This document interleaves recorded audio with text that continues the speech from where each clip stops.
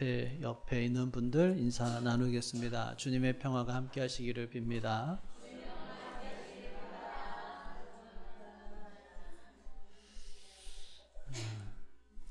우리가 살아가면서 종종 작은 것을 얻으려다가 큰 것을 잃어버리는 그런 실수를 하게 됩니다. 순간적인 감정 때문에 관계를 잃기도 하고요. 작은 욕심 때문에 평안을 잃어버리거나 또는 눈앞의 이득 때문에 더 중요한 것을 놓치는 경우가 있습니다.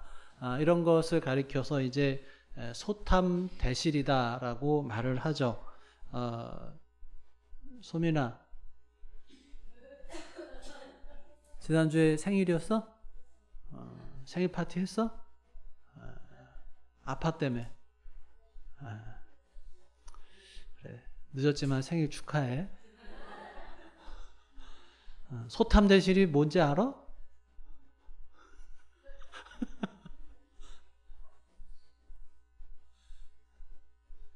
작은 거를 얻으려다가 큰 거를 잃어버리는 거를 소탐대실이다라고 해요. 자, 그런데 이 말이 우리가 성경 속에서도 반복되는 그런 인간의 모습을 드러내는 표현이기도 합니다. 오늘 우리가 살펴보는 시므이의 이야기도 바로 이 소탐대실의 모습인데요. 오늘 본문을 이해하려면 먼저 이 시므이가 누구고 또 다윗과 어떤 관계였는지를 좀 살펴볼 필요가 있습니다. 이 시므이는 베냐민 사람이에요. 사울 왕가 출신이죠. 사울 집안, 원래 그 다윗이 왕이 되기 전에 사울이 왕이었잖아요. 그래서 사울 집안은 다윗이 왕이 되고 나서 자연스럽게 권력이 약해졌죠. 그러다 보니까 알게 모르게 정치적인 불안과 불만이 남아 있었습니다. 근데 시므이는 그 감정을 그대로 품고 있던 사람이에요. 그래서 다윗의 아들 압살롬이 반란을 일으켰을 때 다윗이 이제 급히 예루살렘을 떠나서 피난길에 오르게 됩니다. 그런데 그 피난길에서 이 시므이라고 하는 사람이 다윗을 향해서 돌을 던지고 흙먼지를 날리면서 저주를 퍼붓습니다. 다윗을 향해서 피 흘린 자여, 사악한 자여, 막 그러면서 욕을 하는 거예요. 마치 다윗이 이렇게 지금 피난길을 가는 게 자기 집안, 사울의 집안의 복수라도 되는 것처럼 그렇게 행동을 한 거죠. 자, 그 장면에서 다윗의 부하였던 아비새는 즉시 시므이를 베어버리겠다라고 합니다. 그러면서 칼을 꺼내 들었는데 다윗이 놀랍게도 시므이를 죽이지 않아요. 뭐라 그러냐면 여호와께서 그에게 나를 저주하라고 하신 것일지도 모른다라고 하면서 참아냅니다. 자신의 억울함보다도 하나님의 뜻을 더 우선하고 보복보다도 겸손을 선택을 했죠. 나중에 시간이 흐르고 압살롬의 반란이 진압이 돼서 다윗이 다시 왕궁에 돌아왔을 때 시므이는 어떻게 했을까요? 시므이는 진심으로 두려워하면서 다윗 앞에 가장 먼저 달려옵니다. 그리고 엎드려서 뭐라 그러냐면 저의 죄를 기억하지 마시옵소서 하면서 용서를 구해요. 그런데 그때도 역시 아비새가 그 자리에서 이 시므이를 죽여야 한다라고 주장을 했는데 다윗이 이제 또다시 말리죠. 오늘 같은 날 어떻게 또 사람을 죽이냐 하면서 그를 살려주고 다시는 죽이지 않겠다라고 맹세를 합니다. 그래서 다윗은 이 시므이가 저지른 악을 알고 있었지만 그를 향한 보복을 끝까지 하지 않았어요. 그의 용서가 어떤 정치적인 판단이기도 하고 또 하나님의 주권을 신뢰하는 신앙의 선택이기도 했습니다.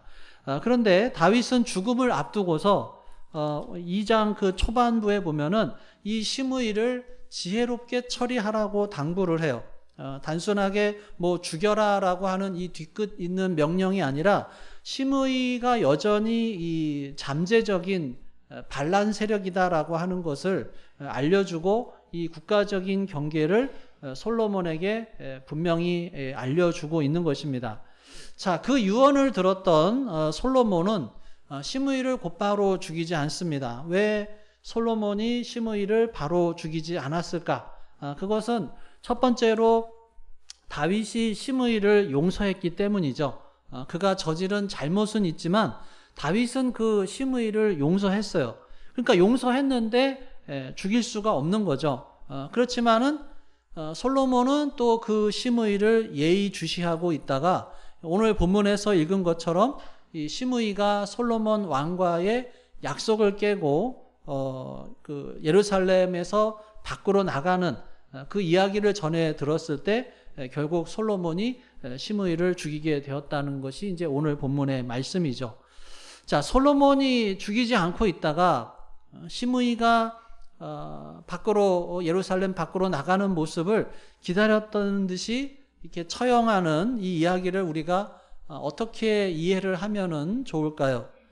왜 솔로몬은 이런 식으로 시므이에게 대응을 했을까라고 하는 겁니다. 우리가 축구 경기를 하다 보면은 종종 선수들이 반칙을 할 때가 있죠. 뭐 국가 경기 이렇게 보면 상대 나라가 반칙을 하는데 근데 그때마다 보면 심판이 우리가 봤을 때는 분명히 저 사람이 반칙을 했는데 심판이 그냥 넘어가는 경우가 종종 있어요. 반칙할 때마다 심판이 옐로 카드를 꺼내고 레드 카드를 꺼내면은 사실 그 축구 경기를 제대로 할 수가 없어요. 그래서 심판은 어떻게 하냐면 반칙이 있어도 웬만하면 그냥 지나가는 거예요. 그런데 어떤 선수가 또 반칙을 저질렀는데 그게 경계가 좀 애매모호한 경우가 있을 수 있죠. 저거를 반칙을 불기도 뭐하고 그렇다고 넘어가기도 뭐하고 그러면 보통 어떻게 하냐면 심판이 그 선수를 불러서 경고를 하죠. 구두로 경고를 합니다. 내가 옐로우 카드를 주진 않지만 다음에 또 이런 것을 하면 그때는 내가 카드를 줄 테니 조심해라. 어쩌면은 이 솔로몬 왕이 시므이에게 보여주었던 반응이 그 축구 심판이 보여줬던 반응과 비슷하다라고 볼 수가 있습니다.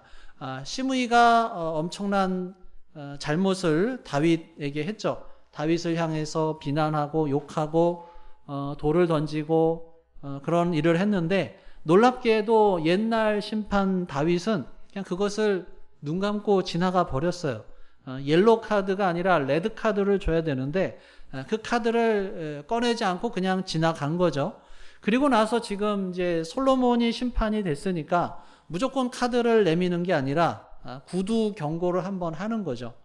다음번에 어떻게 행동하는지를 예의주시하고 기다리고 있다가 이 시므이가 솔로몬 왕과의 약속을 깨고 예루살렘을 떠나서 가드까지 나갔다 오게 되는 그런 반칙을 저질렀을 때 이제 레드 카드를 꺼낸 것이다라고 보면 됩니다. 자, 시므이에게 했던 약속이 뭐였습니까? 시므이를 향해서 솔로몬이 했던 말은 37절에 보면 나와 있죠. 37절 같이 읽겠습니다. 시작. 너는 분명히 알라.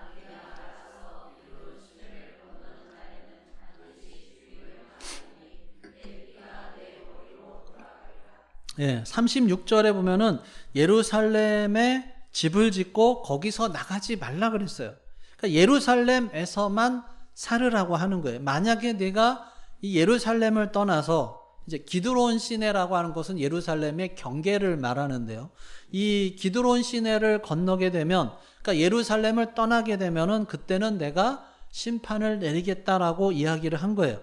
그 말에 시므이는 뭐라 그러냐면 38절 시작. 시므이가 왕께 대답하되 이 말씀이 좋사오니 내 주 왕의 말씀대로 종이 그리하겠나이다 하고 이에 날이 오래도록 예루살렘에 머무느니라. 자, 그 말에 시므이는 예루살렘에만 제가 머물겠습니다. 그 말씀 참 좋습니다. 여기에 있겠습니다. 라고 했는데 근데 무슨 일이 발생을 해요? 자, 39절에 보면은 3년 후에 시므이의 두 종이 아기스에게로 도망을 간 거예요. 그래서 40절에 보면은 어떻게 해요? 40절 같이 읽겠습니다. 시작.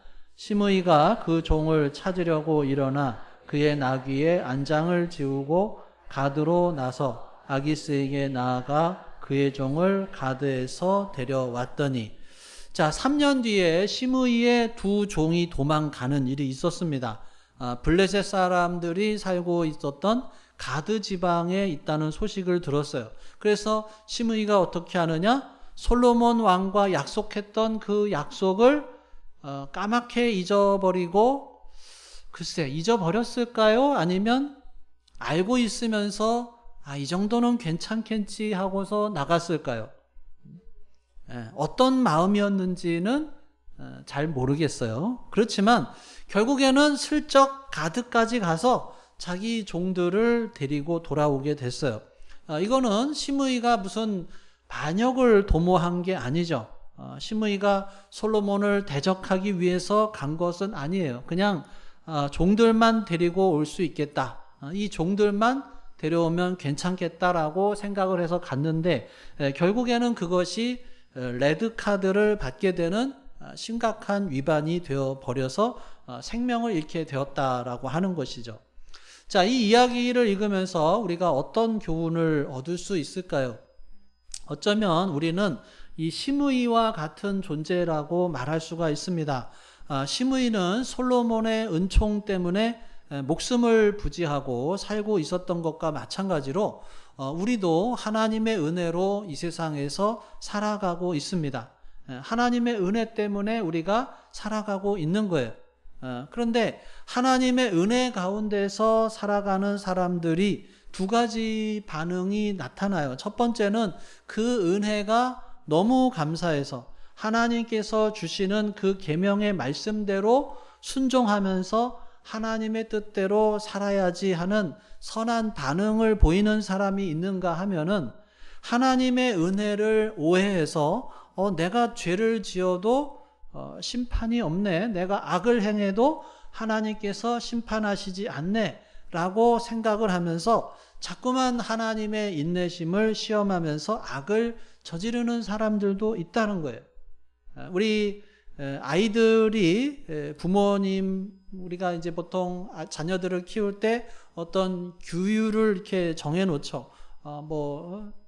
몇 시까지는 잠을 자라, 등등, 이건 이렇게 해라, 저렇게 해라, 이거는 이렇게 하면 안 된다, 등등 이야기를 하면 우리 꼬마 아이들이 어떻게 해요? 그 부모님의 말씀을 그대로 잘 지키나요? 잘 지키는 아이도 있겠지만 잘 지키는 경우보다는 그 부모님이 세운 규정을 슬쩍슬쩍 어기면서 테스트를 합니다. 이럴 때는 엄마가, 아빠가 어떻게 반응하나, 혼내나 혼내지 않나 이렇게 살펴봐요. 그럴 때 한번 이렇게 어겨보고 부모님이 아무런 말을 하지 않으면 어떻게 해요? 그 다음에는 또 그런 것을 계속 반복해서 규율을 어기게 되는 거죠. 그러면서 점점 심해지게 되는 경우들이 있습니다. 마찬가지로 우리가 하나님의 은혜를 받고 살아가기 때문에 감사하면서 살기보다는 그냥 하나님의 그 계명을 어기면서 어떻게 보면은 테스트를 하고 있는 거예요. 내가 마음대로 살아도 괜찮구나, 내가 미워하며 살아도 괜찮구나, 내가 욕심을 가지고 거짓말해도 괜찮구나 하면서 계속해서 죄악을 저지르는 그런 모습을 보일 때가 있다는 거예요. 그런데 오늘 이 말씀을 보면서 우리는 기억해야 한다라고 하는 거예요. 예루살렘을 떠나지 말라고 하는 솔로몬 왕의 그 규례를 어기고 가드까지 갔다가 결국 어떻게 되었느냐, 생명을 잃게 된 이 시므이의 예를 우리가 기억하면서 우리가 하나님의 은혜의 테두리 안에, 하나님의 은혜의 경계 안에 있는 우리가 그 경계를 벗어나서 악을 행하는 길로 갈 것이 아니라 우리는 스스로에게 계속 질문해야 됩니다. 내가 이렇게 살아도 괜찮은 걸까? 하나님이 아무 말씀 없으신데 정말 이대로 괜찮은 걸까? 스스로를 살펴봐야 합니다. 하나님의 그 계명 가운데, 말씀 가운데 우리가 순종해 나가는 그런 믿음의 결단이 있을 수 있기를 간절히 바랍니다. 자, 그러면 우리가 왜 예루살렘을 떠나게 될까요? 그것은 종을 찾기 위해서 떠나는 거예요. 그러니까 이득을 얻기 위해서예요. 그런데 과연 무엇이 유익이고 과연 무엇이 이득이냐라고 하는 거예요. 자, 하나님의 말씀을 거부하고 세상의 유익을 추구하는 것이 유익이냐라고 하는 것입니다. 이 세상의 유익을 취하다가 결국 우리의 생명을 잃어버리는 것이 유익이냐라고 하는 거예요. 성경은 가르치죠. 우리가 세상을 얻는다 할지라도 우리의 생명을 잃어버리면 그것이 무엇이 유익하겠냐라고 하는 거예요. 마태복음 16장 26절, 이번 주 하가다 말씀인데요. 같이 한번 읽어볼까요? 시작. 사람이 만일 온 천하를 얻고도 제 목숨을 잃으면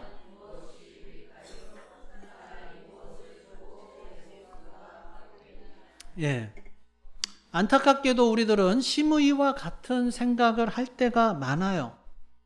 종을 취하기 위해서 내 목숨을 버리는 어리석은 심의처럼 이 세상에서의 정말 우리들에게 어떤 영원한 생명을 주지 못하는 것을 위해서 이 세상에 썩을 양식을 위해서 내가 그것을 얻기 위해서 우리의 생명을 내어버리는 그런 소탐대실하는 심의와 같은 삶을 살아갈 때가 많다라고 하는 것입니다. 그래서 우리가 무언가를 할 때, 항상 어떤 일을 할 때 잠깐 멈춰서 생각해 봐야 돼요. 내가 지금 예루살렘을 떠나서 저 두 종을 찾으러 가도 괜찮을까?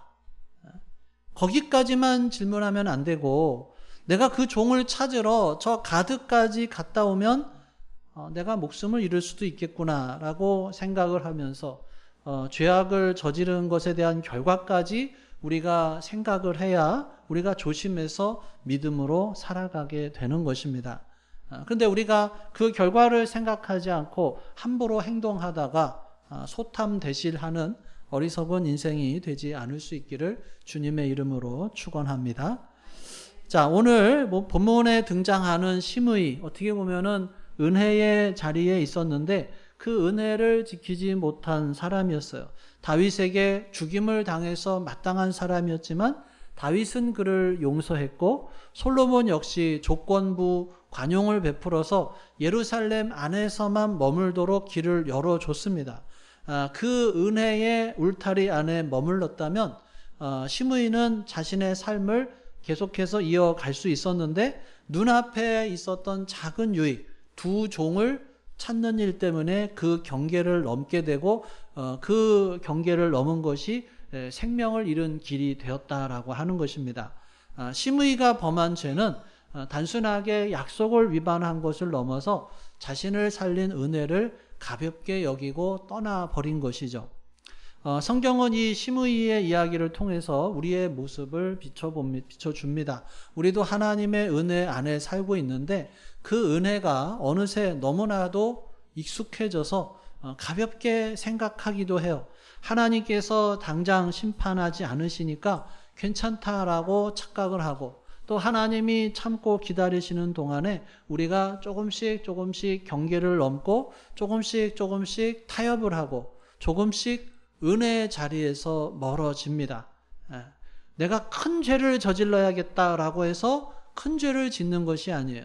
작은 욕심 때문에, 눈앞의 이익 때문에, 순종보다는 편안한 길을 선택하고 싶은 유혹 때문에 우리는 넘어가게 됩니다. 그런데 심의의 그 한 걸음이 죽음으로 이어졌듯이 우리의 작은 타협 하나가 결국 우리들의 영혼의 이 생명을 흔드는 이 소탐대실이 될 수 있다라고 하는 것을 우리가 기억해야 한다라고 하는 것입니다. 하나님께서 이 본문을 단순한 또 경고로만 남기지 않으셨어요. 여기에는 또 복음의 빛이 또 숨겨져 있어요.